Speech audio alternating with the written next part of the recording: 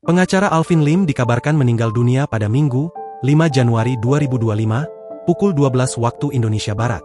Alvin Lim dikabarkan meninggal usai menjalani pengobatan rutin di sebuah rumah sakit. Kabar ini dibenarkan oleh humas sekaligus orang terdekat Alvin, Rizky.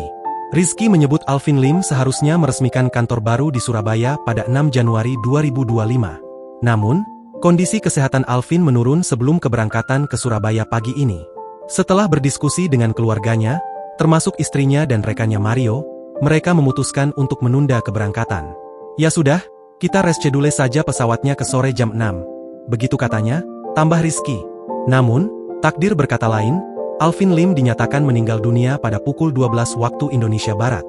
Diketahui, Alvin Lim memang memiliki riwayat penyakit gagal ginjal dan rutin menjalani cuci darah.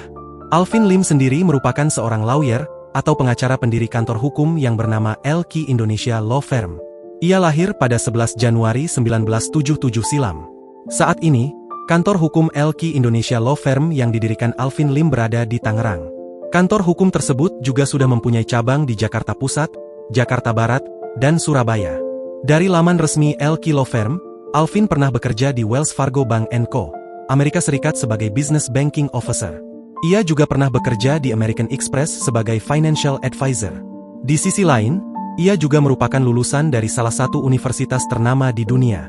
Tak hanya itu saja, bahkan Alvin Lim sempat berkarir di dunia perbankan luar negeri. Alvin pernah menikah dengan wanita bernama Shelly Antonio pada 2006, namun bercerai 2 tahun kemudian. Pasangan ini dikaruniai anak perempuan yang bernama Kate Victoria Lim. Setelah lama menduda, Alvin Lim kemudian mempersunting wanita bernama Fiorucci Pangkaraya pada 22 Februari 2022. Download Tribun X sekarang, menghadirkan lokal menjadi Indonesia.